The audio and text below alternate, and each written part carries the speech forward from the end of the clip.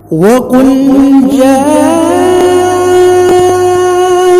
الْحَقُّ وَزَهَقَ الْبَاطِلُ إِنَّ الْبَاطِلَ كَانَ زَهُوقًا۔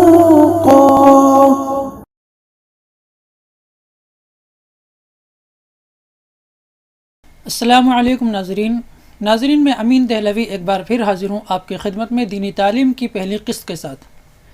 ناظرین، رمضان المبارک کا مبارک مہینہ ہے، مقدس مہینہ ہے، اور پورے ملک کے اندر لاک ڈاؤن کی صورتحال ہے۔ ہر شخص اپنے گھروں کے اندر قید ہے، یہاں تک کہ بچوں کی بھی اسکولوں کی اور کالجوں کی چھٹیاں ہیں۔ اب اس وقت ہمارے پاس وقت بالکل فارغ ہے۔ یا تو اس کو اللہ تعالیٰ کی طرف سے ایک بہت بڑا امتحان سمجھ لیجئے، اور اگر اس کو اللہ تعالیٰ کی طرف سے ایک بہت بڑا موقع کہا جائے تو یہ کوئی غلط نہیں ہوگا۔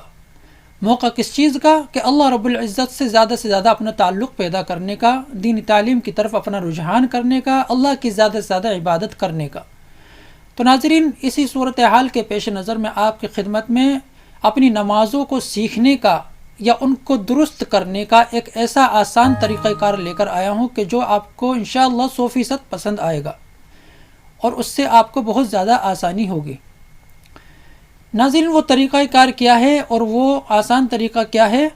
تو آئیے دیکھتے ہیں اسکرین پر۔ ناظرین، ہم اپنے سبق کی شروعات اعوذ باللہ اور بسم اللہ سے کریں گے۔ اب یہاں پر آپ دیکھ رہے ہیں کہ یہ اعوذ باللہ من الشیطان الرجیم بسم اللہ الرحمن الرحیم عربی کے اندر لکھی ہوئی ہے۔ اب جو لوگ اس کو پڑھنا جانتے ہیں لیکن ان کے تلفظ ٹھیک نہیں ہیں، یا وہ بچے جو بالکل ابھی اس کو یاد نہیں کر پائے، جن کو یہ یاد نہیں ہے، یا وہ بڑے کہ جن کو یہ یاد نہیں ہے، یہ سبھی کے لیے مفید ہے، نئے سیکھنے والوں کے لیے بھی، اور جو سیکھے ہوئے ہیں لیکن ان کے تلفظ ٹھیک نہیں ہیں، پڑھنا صحیح طریقے سے ان کو آتا نہیں ہے، تو یہ ان کے لیے بھی بہت زیادہ مفید ہے۔ تو یہاں پر آپ دیکھ رہے ہیں کہ عربی کے اندر لکھا ہوا ہے، ہم آپ کو اس کا پڑھنے کا طریقہ بتلائیں گے ویڈیو کے اندر۔ ایسے ہی یہاں پر ہندی میں بھی لکھا ہوا ہے کہ جو لوگ ہندی جانتے ہیں تو وہ ہندی کے ذریعے سے بھی اس کو یاد کر سکتے ہیں اور پڑھنا سیکھ سکتے ہیں ہماری آواز کو سن کر۔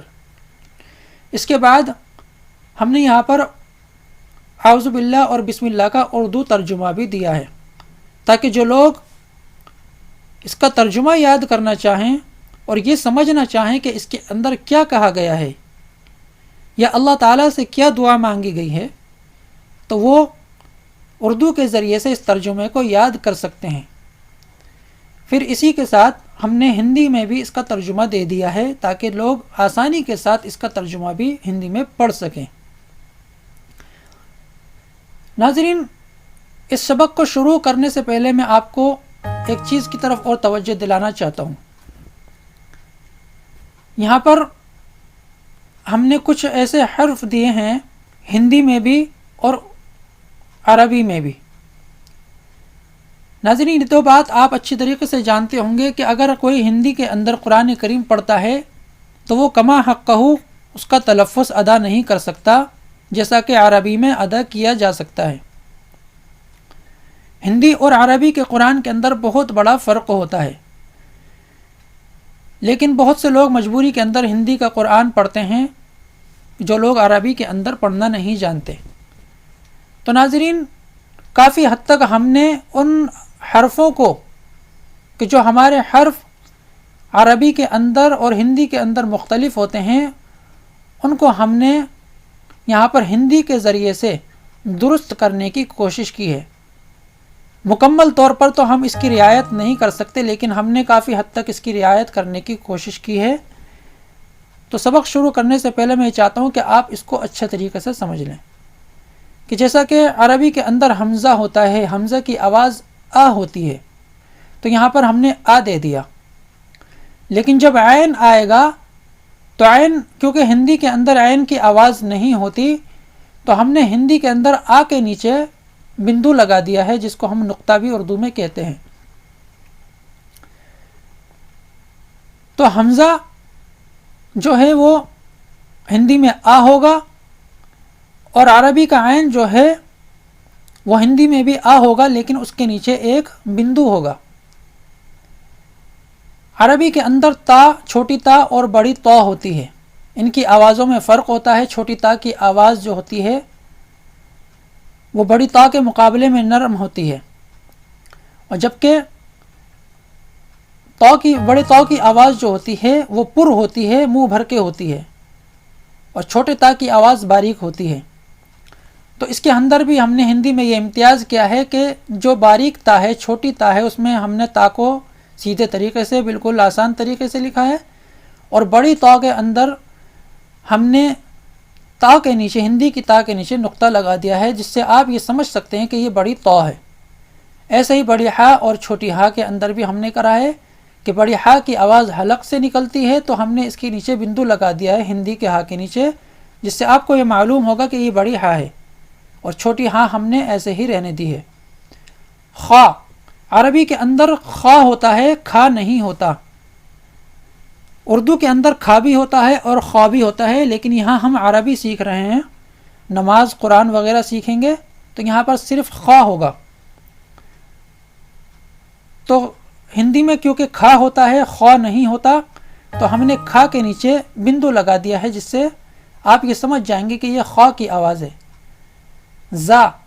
زا کے لیے ہم نے جا کے نیچے ایک بندو لگا دیا ہے، جس سے وہ زا کی آواز بنے گی، جبکہ جیم اور جا بالکل ایک جیسے رہیں گے۔ غین کی آواز کے لیے ہم نے گا کے نیچے بندو لگا دیا ہے۔ یہاں پر آپ کو یہ سمجھنا ہوگا کہ یہ غین ہے، کیونکہ عربی کے اندر گا نہیں ہوتا، غین ہوتا ہے۔ چھوٹی سین کے لیے ہم نے سار لکھ دیا ہے، اور صاد کے لیے، صاد کی آواز پر ہوتی ہے، منہ بھر کے ہوتی ہے، اس کے نیچے ہم نے بندو لگا دیا ہے۔ بڑا قاف کے لیے ہم نے کا کے نیچے، کیونکہ یہ حلق سے نکلتا ہے تو ہم نے اس کے نیچے بندو لگا دیا ہے، اور چھوٹے کا کے لیے ہم نے اس کو ایسے ہی رہنے دیا ہے۔ تو ناظرین، امید کرتا ہوں اس اصول کو آپ سمجھ گئے ہوں گے۔ جہاں تک ہم سے رعایت ہو سکتی تھی ہم نے اس رعایت کو کیا ہے، اگرچہ کہ ہم مکمل طور پر ہندی کے الفاظوں کے اندر عربی کی رعایت نہیں کر سکتے۔ تو آئیے آج کا ہم اپنا سبق شروع کرتے ہیں۔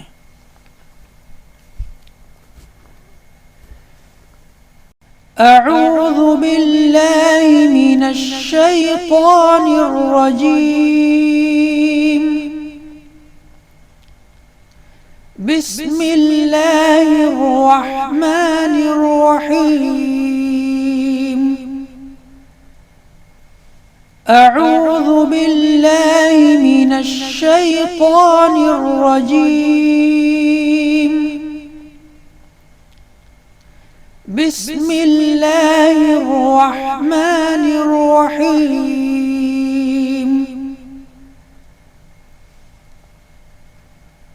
اعوذ باللہ من الشیطان الرجیم، بسم اللہ الرحمن الرحیم۔ اعوذ باللہ من الشیطان الرجیم، بسم اللہ الرحمن الرحیم۔ اعوذ باللہ کا اردو ترجمہ۔ پناہ چاہتا ہوں میں اللہ کی شیطان مردود سے۔ بسم اللہ کا اردو ترجمہ۔ شروع اللہ کے نام سے جو بڑا مہربان نہایت رحم والا ہے۔ اعوذ باللہ کا ہندی ترجمہ۔ پناہ چاہتا ہوں میں اللہ کی شیطان مردود سے۔ بسم اللہ کا ہندی میں ترجمہ۔ شروع اللہ کے نام سے جو بڑا مہربان نہایت رحم والا ہے۔ تو ناظرین امید کرتا ہوں کہ یہ سبق آپ کو بہت اچھے طریقے سے سمجھ میں آیا ہوگا، اس کے تلفظ بھی آپ کو سمجھ میں آئے ہوں گے، پڑھنے کا طریقہ بھی آپ کو سمجھ میں آیا ہوگا۔ تو میں آپ سے یہ گزارش کرتا ہوں کہ ان ویڈیو کے ذریعے سے آپ اپنی تعلیم کو آگے بڑھائیں اور اپنی نمازوں کو درست کریں، اپنے الفاظوں کو درست کریں، تاکہ جو ہم اللہ تعالیٰ کی عبادت کرتے ہیں وہ ہم اس کا جو ثواب ہے کما حقہ حاصل کر سکیں، اور پورا ثواب اس کا ہم حاصل کر سکیں۔ اور ساتھ میں یہ بھی گزارش ہے کہ اپنے بچوں کو فضول کاموں سے ہٹا کر اور گیم وغیرہ سے اور بلا وجہ کی جو ویڈیو انٹرنیٹ پر چلتی رہتی ہیں ان ویڈیو سے ان کو ہٹا کر دینی تعلیم کی طرف ان کا رجحان بڑھائیں، اور ان ویڈیو کے ذریعے سے ان کو بھی دینی تعلیم سیکھنے کی اور اپنی نمازوں کو سیکھنے کی، کلمات سیکھنے کی، دعائیں سیکھنے کی تلقین کریں۔ انشاءاللہ آئندہ بھی میں اسی طریقے کی مفید ویڈیو آپ حضرات کے لیے اپنے چینل پر ڈالتا رہوں گا، اور ان کو حاصل کرنے کے لیے آپ کو یہ کرنا ہوگا کہ آپ ہمارے چینل کو سبسکرائب کریں، تاکہ جو بھی ہم نئی دعا، نئی ویڈیو اور نئی جو بھی کچھ سیکھنے کی چیزیں ہیں ہم ڈالیں تو وہ سب سے پہلے آپ کو ملے۔ تو امید کرتا ہوں ناظرین آپ کو یہ ویڈیو پسند آئی ہوگی۔ تو آپ سے یہ گزارش ہے کہ زیادہ سے زیادہ ثواب کی نیت سے اس ویڈیو کو شیئر کریں، لائک کریں اور ہمارے چینل کو سبسکرائب کریں۔ اللہ حافظ، السلام علیکم۔